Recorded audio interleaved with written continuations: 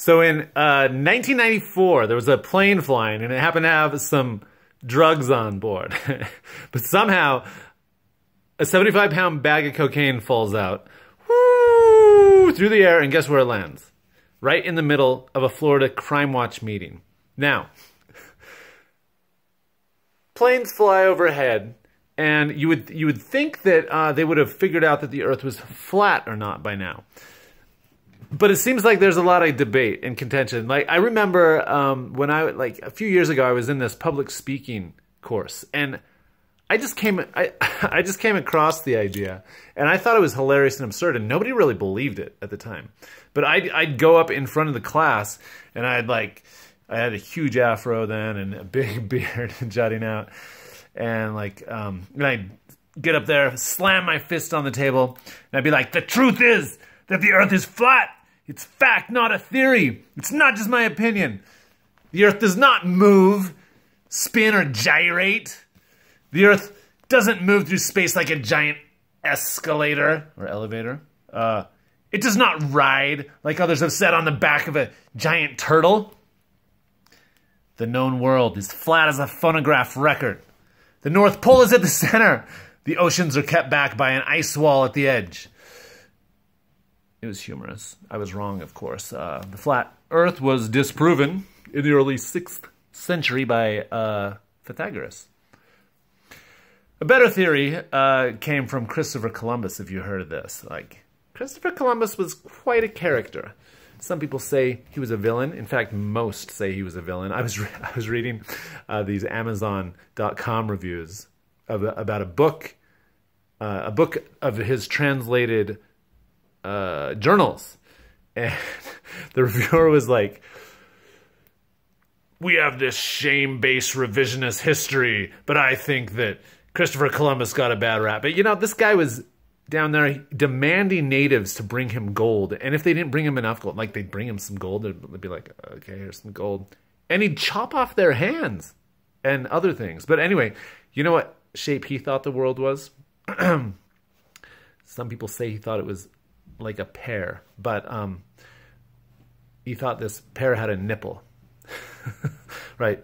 He thought the Earth was shaped like a woman's breasts with a nipple, and the nipple of his imagination was San Salvador, a place that I know nothing about.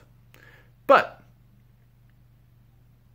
it's interesting to think that, like, the female breast has been so sexualized for centuries that it got these conquistadors and all the, I mean, I guess that his crew was vile, cruel.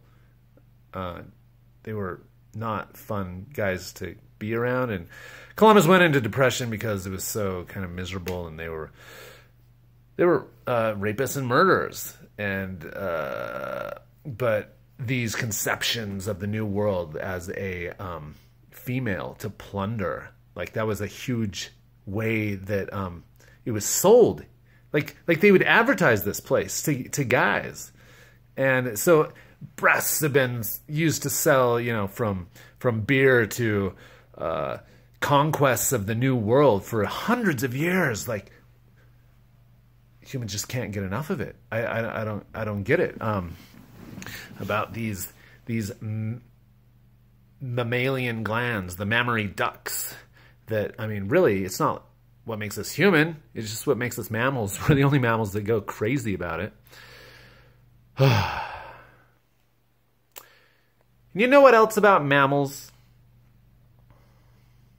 All mammals, you know, from the massive elephant to the canine companion, the puppy dog, to little pygmy shrews, they all live, you and I both, on average to 1.5 billion heartbeats. So I don't know how that compares to bird hearts and reptile hearts and dinosaur hearts and insect hearts, but every time you tick, that's bringing you one tick closer to the last one. Tic Tacs. Did you know that Tic Tacs, I love this, they're like almost 100% sugar, but because they're so small, they can legally be advertised as being like sugar-free. It's like this crazy world of truth and illusion that is legal and it's part of our system. But speaking of dogs, you know how they're supposed to have like dog years, but actually 1 dog year is not equivalent to 7 human years. Dogs, they age, they live and die at various rates depending on the size, just like any other animal. You know, it's the heartbeat thing is much more consistent. It's not like all dogs live about 1.5 billion heartbeats, but it's not like they have 1 to 7, like 1 dog year is 7 human years. They're just smaller, and so their hearts beat faster.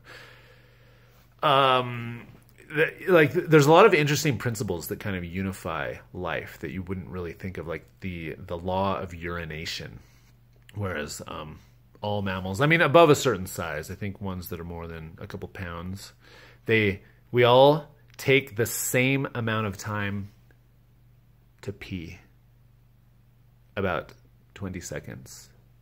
And I don't know why that reminds me of this situation, but there was a guy, I think Delaware 2007, let's say. He went in for his surgery. I don't think it was a routine surgery because they were messing around with some interesting spaces, but the surgery, oh no, I'm almost out of time. Shit. The surgery, it reversed his, he ended up peeing out of his ass and pooping out of where he normally pees. Like, that's crazy. And did you know that men can lactate? Even babies can lactate.